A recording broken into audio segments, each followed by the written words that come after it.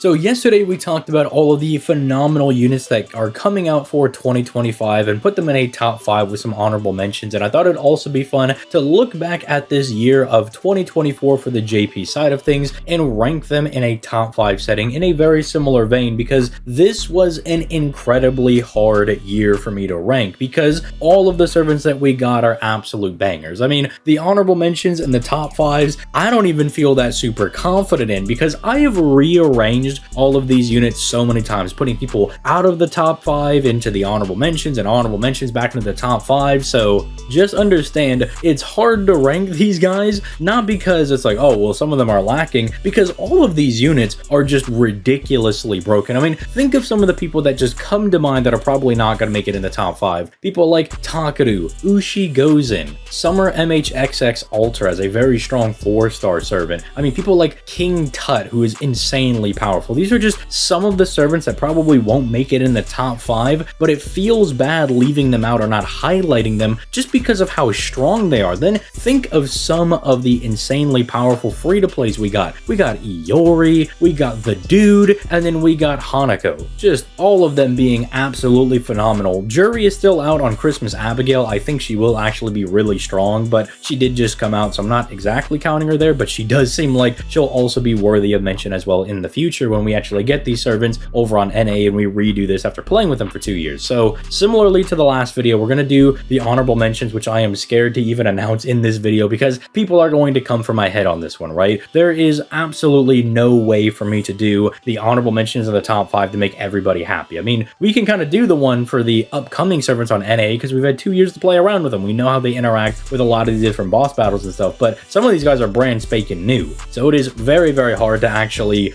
confidently put out that like, oh yeah, this is definitely going to be a confident top 5, but I'm still going to try to do it anyway. People come from my head, they come from my head. So looking at the honorable mentions, and this just feels super wrong to say, but somehow Kazura Drop is ending up in the honorable mentions, which just seems ridiculous because she is a part of this batch of servants that we're now starting to get that kind of function like Tai Gong or Tets that we're going to be getting over here on NA, where instead of just bringing them in a traditional, oh, you bring 2 Ruler Scotty, you bring 2 Koyan, you bring 2 Castoria. Instead of doing that, you could just bring 2 of the DPSs because they all support each other. But what shaved a little bit of points off of Kazura Drop, as good as her skill set is the fact that she's an alter ego, and we do have some better classings in the top 5. You can almost think of her kind of like Tiamat in yesterday's video, where it is really good being a pseudo berserker, but it does hold you back a little bit being a pseudo berserker compared to actual berserkers that we'll get on the list. Same thing for BB Dubai. BB Dubai, I want to try to fit some way into this top 5. In fact, she could either be an honorable mention or she could be at the number 4 slot. I think that character and her could be interchanged easily in a heartbeat because this servant is ridiculous. I'm using her in place of Castoria on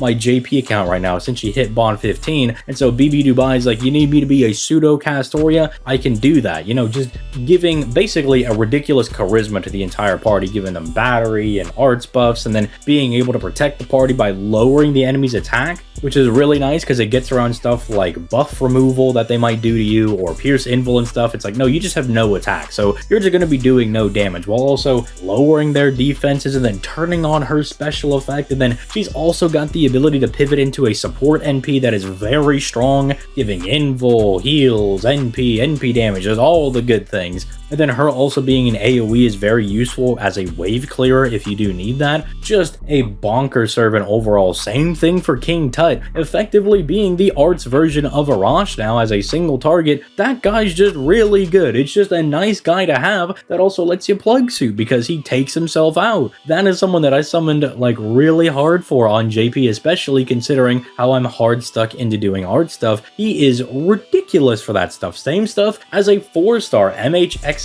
Alter. People were saying was a hidden 5-star when she released. Now, I'm not quite sure if I would rank her that highly, but she is really good as a 4-star that you could pick up on the BB Dubai banner. And then let's also not forget about Space Ereshkigal, who I don't think is the best farmer, and I definitely think her beast class typing is worse than Draco's, but dude, does she have a banger of a kit. I mean, pretty much every boss fight I've gone into, I just bring Space Ereshkigal since I pulled her because she's just that ridiculous. I mean, we could spend an entire, segment that some of these other characters are going to get just dissecting some of her skills individually. She just does so much. Like, these servants are all ridiculously broken, so trying to stick them out of the top 5 is so hard. So you can almost treat that as like a top 10 and then just be like, okay, so Kazura Drop, BB Dubai, Space Ereshkigal, they could easily make it into the top 5. If you have them in there, I'm not gonna fight you on that. If you're like, I think BB Dubai is like the second or best servant that came out last year,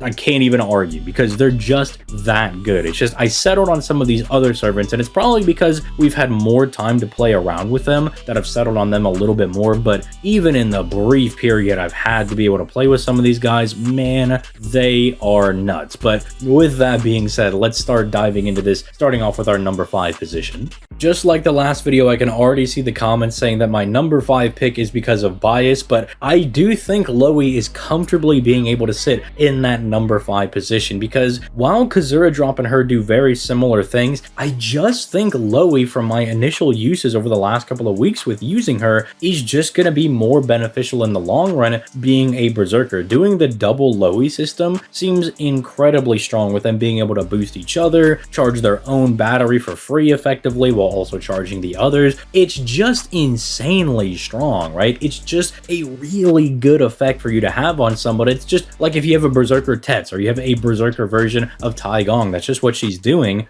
And I know she's going to catch some flack because she's a quick unit, but you know what? So is Kazura Drop, right? She's also a quick servant, so she should also catch some flack. But it's also looking at Loey versus someone like BB Dubai. It's like, man, if Loey is doing this like really bonkers stuff, I mean, I think what BB Dubai is doing might just be better than whatever Loey is doing, but it might just be a recency bias of using her and she feels really strong, she feels really good, that I'm giving her a little bit of a prio over, say, BB Dubai. So maybe I'll look back at this in like a month and be like, no, I should have shifted them around. But at least right now, where I'm sitting down looking at my note that I have typed for this video, I just like her a little bit more. Some of the top 5 servants you'll see are arranged in a way where instead of having to do these insanely complex things where every servant has a Bible chapter for a skill, they might be ranked just in how easy they are to pick up and play with, where BB Dubai is probably better in the way that you could do so much more with her. Same thing with Kazura Drop, but Loey is just out of the box, really strong, really broken. You know exactly what you need to do with them, as opposed to having to read,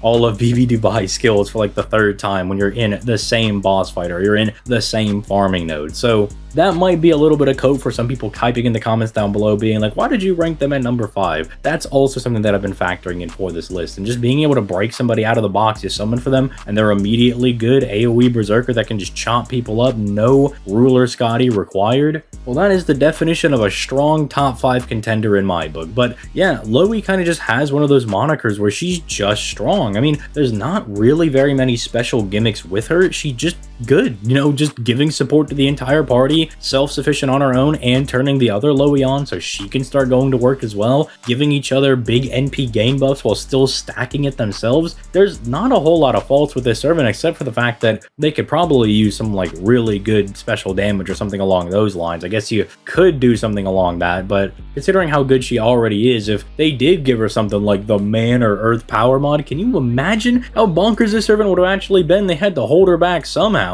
But that's effectively why she'll be comfortably taking the number 5 position on my top 5 servants of 2024. Now, I also know this number 4 placement is also going to have people coming for my head, but I have Alice at the number 4 position because I think she's better than Loey when it comes to looking at her kit. I think Loey will be a lot more easy to use. You can just kind of rip her out of the box, summon for her, and just start using her immediately. Alice kind of has that same thing going for her, but I'm giving her the edge because I think she's just going to be a bit better going into CQ. She might be a caster, and you could say, well, she's kind of hard, stopped by riders and stuff, but going into boss fights and whatnot, you can still bring her type neutral and she'll be fine. But a lot of it is just how strong that 3rd skill is, effectively being her own version of Solemn Defense. It's real strong while also being on a low cooldown that gives her 20% battery, on top of the fact that she's already got a 50% battery and she's doing the Loey thing where she's buffing everybody's NP gain, and then she's also got her own just good attack and defense to keep herself around. And God forbid you're in a forest, city, or darkness battlefield, which which Loey does make on her first skill, by the way, so they actually synergize rather well. So where now she has 50% defense and a 50% attack buff for free just for existing, and then rocking the double power mod of a small human one, and then a good chunky 150 to 200% man power mod. I mean, if you've used Morgan, you know man is going to be very strong, but humans also not all that bad. Now that doesn't really include a whole lot of servants because servants are tagged under humanoid, but humans are your soldiers and stuff. Your guys are going to be fighting a lot of free quests or just random common enemies, so having a power mod against them is just really strong. But you could probably even tell in the way that I'm talking about it that it's not the most confident thing of saying that I think she's better than Loey, because Loey's got the better typing and being a berserker and she's just broken right out of the box. But I think there is more you can do with Alice, and her applications going into CQs or even being like a solo servant potentially could just be better than what you could get if you were to summon for Loey. Say they were out at the exact same time and you had to choose one of them. I think Alice would be the more valuable servant overall, even if Loey's really easy to use. But even that is really hard to say because Loey could just be your whole farming setup just right out the box and no other support's really needed. You know, you just bring your free-to-play waivers and, I don't know, plug suit in a Zhufu or something along those lines and you got it down pat. But I do feel pretty confident in saying that she's at least taking the number 4 position.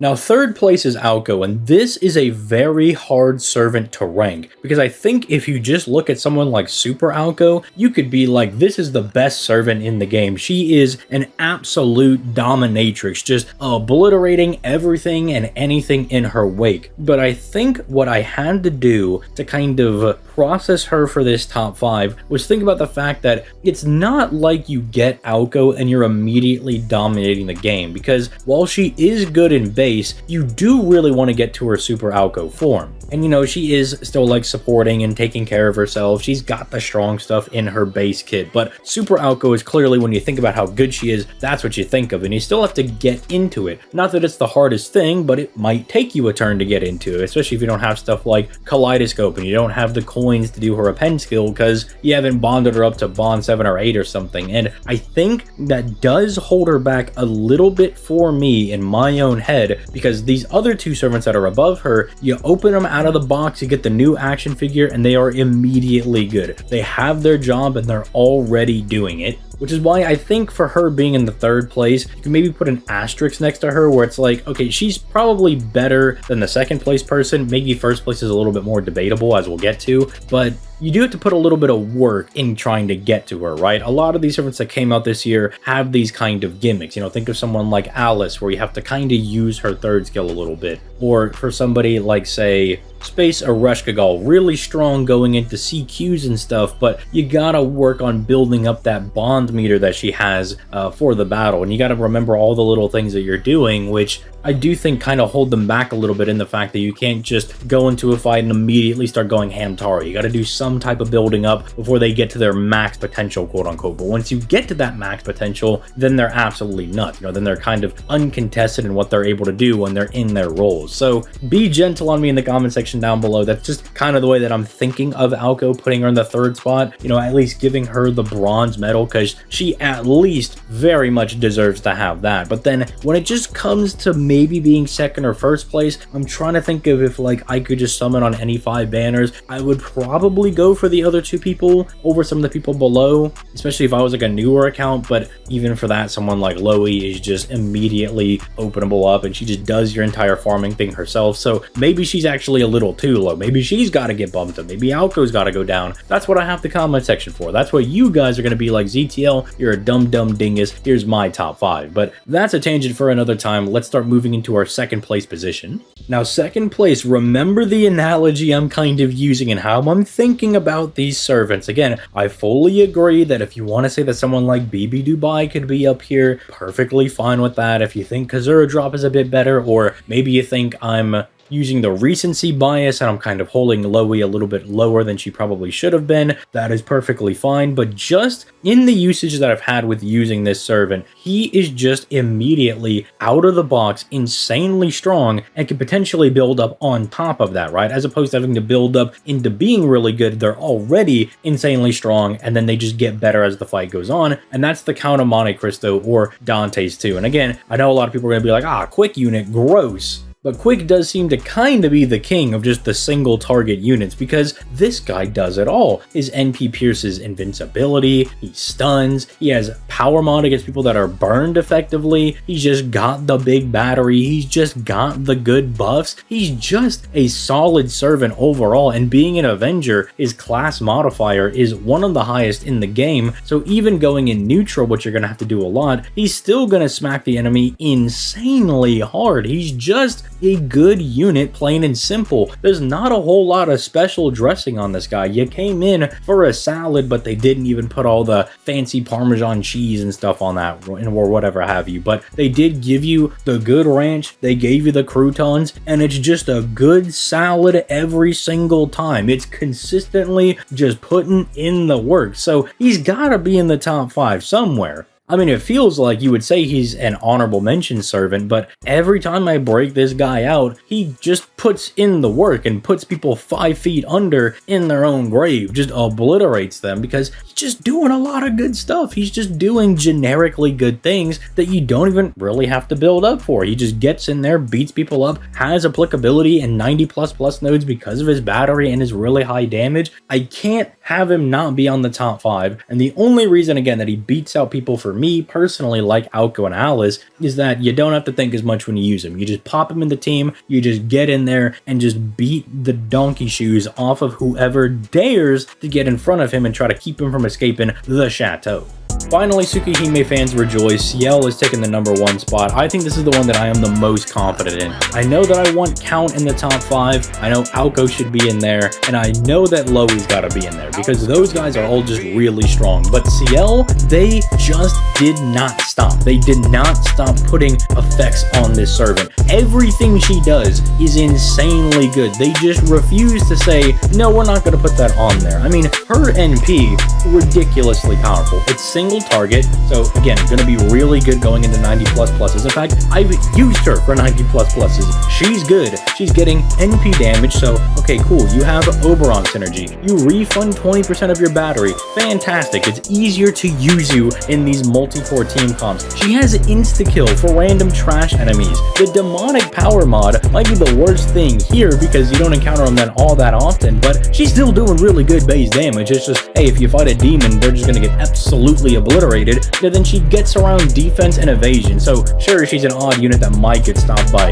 invincible servants, but dodge and defense is still a very good combo to get around. Then just free power mod effectively on Savior people on her passives for no reason. Just chuck that on there. Why not? Sure, why? Just give her stuff. It's not like we need to balance these guys. Her first skill makes her ridiculous when going into CQs and for farming nodes, because she's getting 10% NP every single turn for 5 turns on a 6-turn cooldown. So effectively 50% NP over the course of 5 different turns. Good if you put her on the first wave and just have her start charging in the background if you need that for whatever reason. The fact that she's regenerating bonus HP on top of the fact you're probably going to use her with Merlin, ridiculous. Has 50% debuff resistance on top of her already good 20%, so she's almost debuff immune. It's a 7 out of 10 chance to just whiff any debuff, and then she has 100% buff removal resistance for 100% 5 turns on a 6-turn cooldown, so you just can't remove any of her stuff. There is one window to remove that stuff, and her skill buffs are probably going to be down anyway, so it just doesn't even matter during that one turn while this is down, because your skills are probably already down. Then they just said, you know what, screw it, give her Arts and Buster performance, right? Whenever she attacks with the Arts card, no healing for that guy, and also just start reducing their gauge, and you know what, just remove their guts. You know what I mean when they just did not stop saying no to putting stuff on here? Because then she has the Korean Sky effect, recharges 10% of her gauge whenever she uses a Buster card, and then she just has this teetering crit damage as well on her second skill depending on where her HP is at, but they both start at 50%, so you're gonna be critting really hard. And then they were like, you know what, we learned from our mistakes from Ruler Artoria, give her the party shuffle thing, except lock everybody else out. So face card farming with Ciel is actually real, because you are guaranteed to get all 5 of her cards to eviscerate the enemy, whether that means you're NP1 and you need the face cards like I did for the 90++ for summer. Well, it was guaranteed every single time because of how this works. And then on top of getting 20% on the NP, 10% every turn on the first skill, 50% battery here on the third skill, which is ridiculous. 3 hits of defense, which if you ever used Galatea, 100% defense is really good because often bosses are gonna like, they're gonna pierce Invul, they're gonna do sure hit. Not all of them have pierce defense. It's one of the more rare abilities for them to have. And then she also just heals whenever she gets hit. So you're guaranteed to regenerate HP with this servant, right? So you're taking no damage, but you're going to get 6k free HP back because those 3 hits, while you're taking no damage, you're also getting 2k every single time back, on top of the 500 heal on our passive, on top of the 1500 heal on our first skill, on top of the fact you're probably using her with Merlin. Like, this servant, there was like really no shadow of a doubt in my mind that she was going to be the best servant that came out for this year. I know I was saving for BB Dubai. I kinda regret it that I didn't just put everything into CL first and then try to go ahead and get BB Dubai, but they also got me with MHXX being on BB's banner, and that was the servant I really wanted the most out of all of them. So if she was on CL's banner, dude, I would have just hit that on the ground running and just would not have stopped because she is definitively, in my head, the best servant we had on the year. You can take all the other servants that were listed in this video and you can argue about all of them, but I think we can all agree this servant is bonkers. This servant is nuts because they didn't ask, can we put this on a servant? They just did. They just put everything on there and they just didn't stop. They just kept printing good things on her, and I've never been disappointed using her. She is always just beat up the boss, beat up the farming node, beat me up trying to take up my Saint Quartz. There's just nobody is stronger than this CL. She's beating everybody up. But let me know what you think in the comment section down below. I think this is a very hard year to evaluate because all these servants just do so much. They have so many different effects and they have so many different gimmicks and so many different team comps that they're going to be good in, and then you gotta evaluate how good they are at soloing stuff as well. But CL, I think, takes the cake on that one. Dante's, I'm willing to give him the number 2 spot because you don't have to worry about all the reading and everything. It's actually the FGO buff. You don't have to read any of his stuff. You just click buttons and just beat people up, right? Made it to be good for the target audience of FGO players. But then, like Alco, BB Dubai, Kazura Drama, Lowy, just Alice, just ridiculously strong servants that it's really hard to rank them in order.